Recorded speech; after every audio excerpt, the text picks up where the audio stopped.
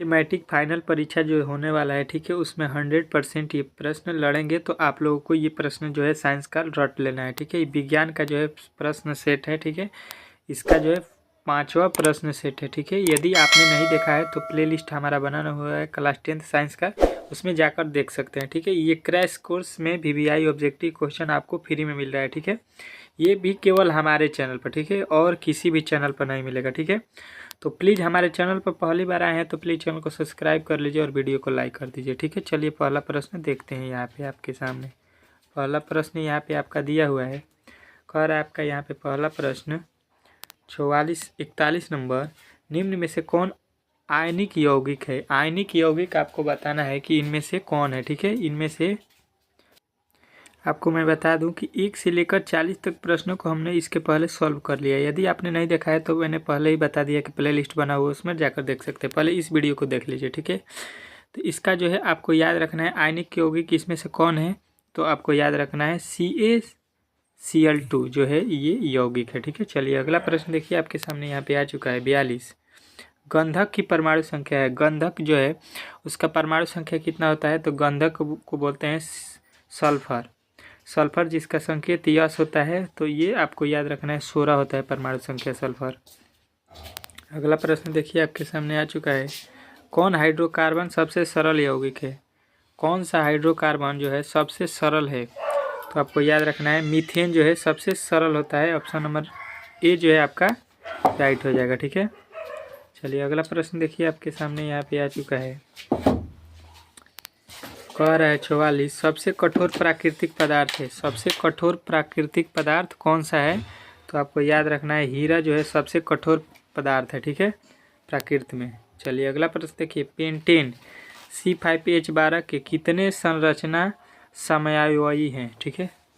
तो कितने संरचना जो है समयावयी हैं। तो आपको याद रखना है कि इसका जो है राइट आंसर हो जाएगा आपका 3 जो है संरचना समयावयी हो सकते हैं इसके, ठीक है। चलिए अगला प्रश्न देखिए, एथिल एल्कोहल का यूपीएससी नाम। एथिल एल्कोहल का यूपीएससी नाम आपको बताना है। तो आपको याद रखना है एथेनॉल, ठीक है, इसका जो है यूपीएससी नाम होता है। अगला प्रश्न देखिए, वनस्पति तेलों में होता है। वनस्पति तेलों में क्या होता है।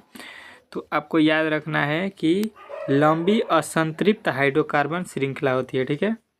चलिए अगला प्रश्न देखिए, आपके सामने आ चुका है 48। आवर्त सारणी के किस आवर्त के तत्वों में कौन सा गुण समाप्त होता है।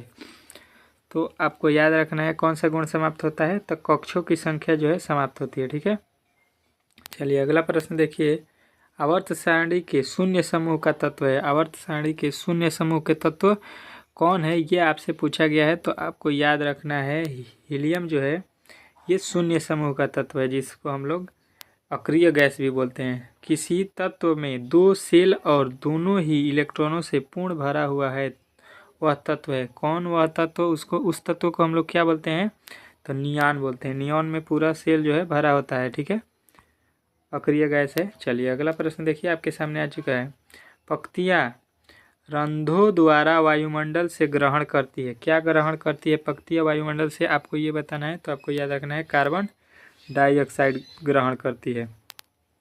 अगला प्रश्न देखिए, निम्न विकल्पों में से किसमें मृतजीवी पोषण होते हैं। मृतजीवी पोषण किसमें होते हैं। तो आपको याद रखना है कवक, यीस्ट, मशरूम, ये तीनों में होते हैं। तो ऑप्शन नंबर डी लगाइएगा, ठीक है।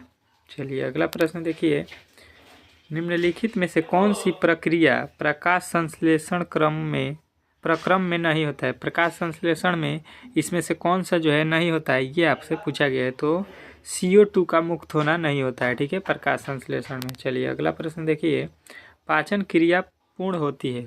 पाचन क्रिया कब पूरा होती है, ये आपसे पूछा गया है।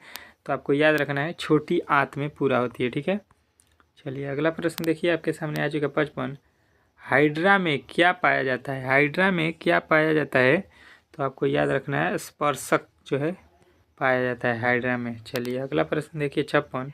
कौन सा एंजाइम वसा पर प्रक्रिया करता है। कौन सा एंजाइम जो है वसा पर प्रक्रिया करता है, ये आपसे पूछा गया है।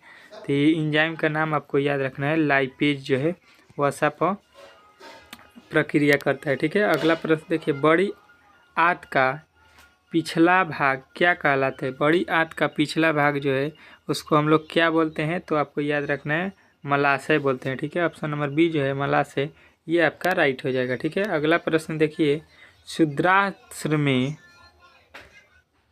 चलिए यहाँ पे आप अगला प्रश्न देखिए, कह रहा है क्षुद्रांत्र में स्थित दीर्घरोम का क्या कार्य होता है?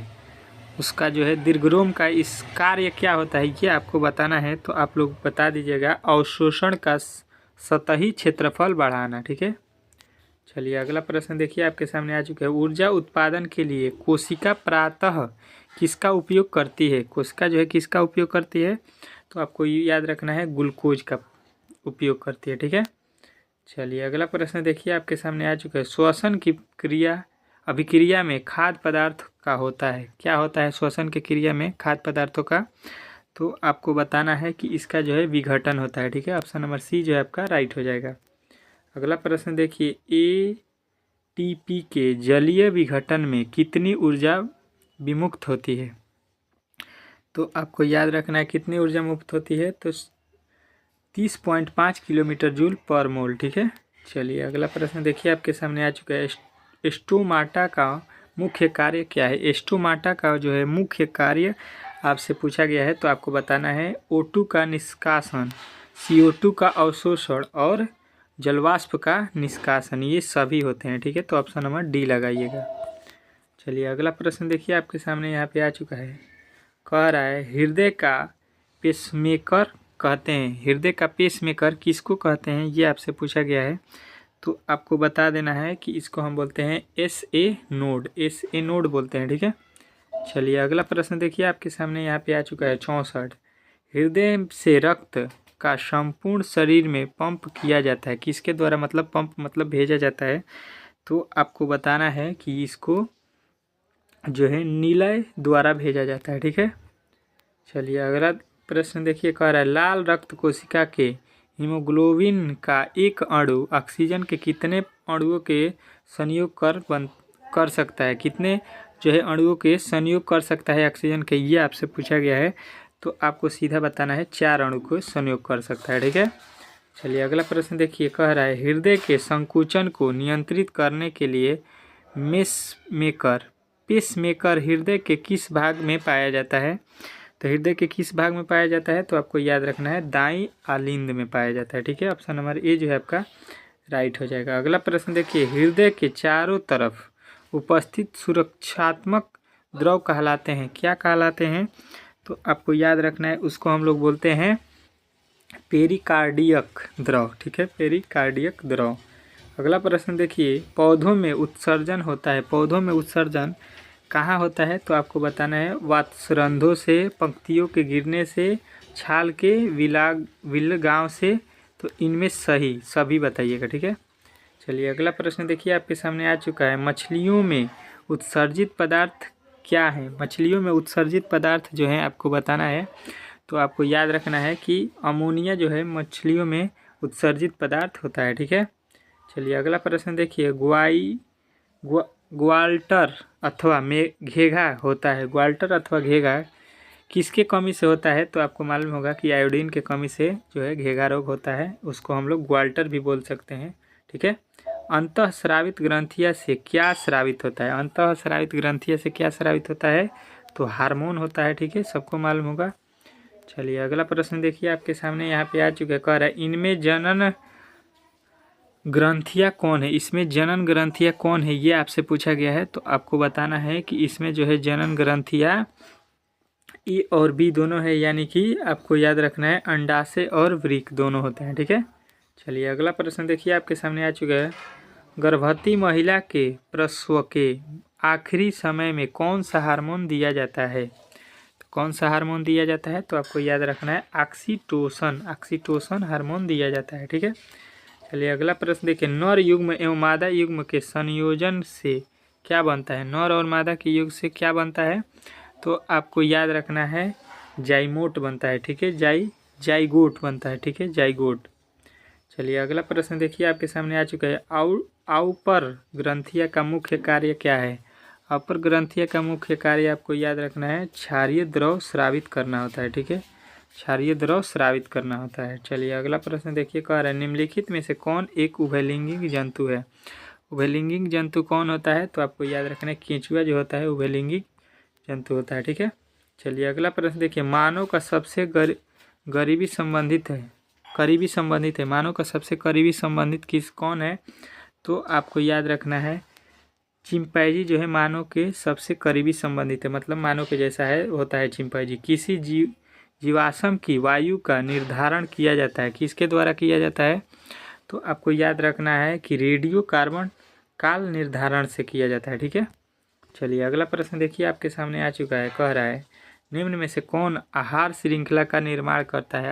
आहार श्रृंखला का निर्माण कौन करता है, तो आपको बताना है घास, बकरी और मानव। ठीक है, घास को बकरी खाता है और बकरी को मानव खाता है। ठीक है, क्लोरोफ्लोरोकार्बन पृथ्वी पर जीवन के लिए क्यों हानिकारक है, तो आपको बताना है कि इससे ओजोन परत का क्षय होता है, इसलिए ये हानिकारक है। ठीक है, इसका जो है टोटल 80 प्रश्न हम लोगों ने कंप्लीट कर लिया इस वीडियो में। अगर हमारे चैनल पर पहली बार आए थे तो प्लीज़ चैनल को सब्सक्राइब कर लीजिए और वीडियो को लाइक कर दीजिए। मिलते हैं अगले वीडियो में, तब तक के लिए जय हिंद।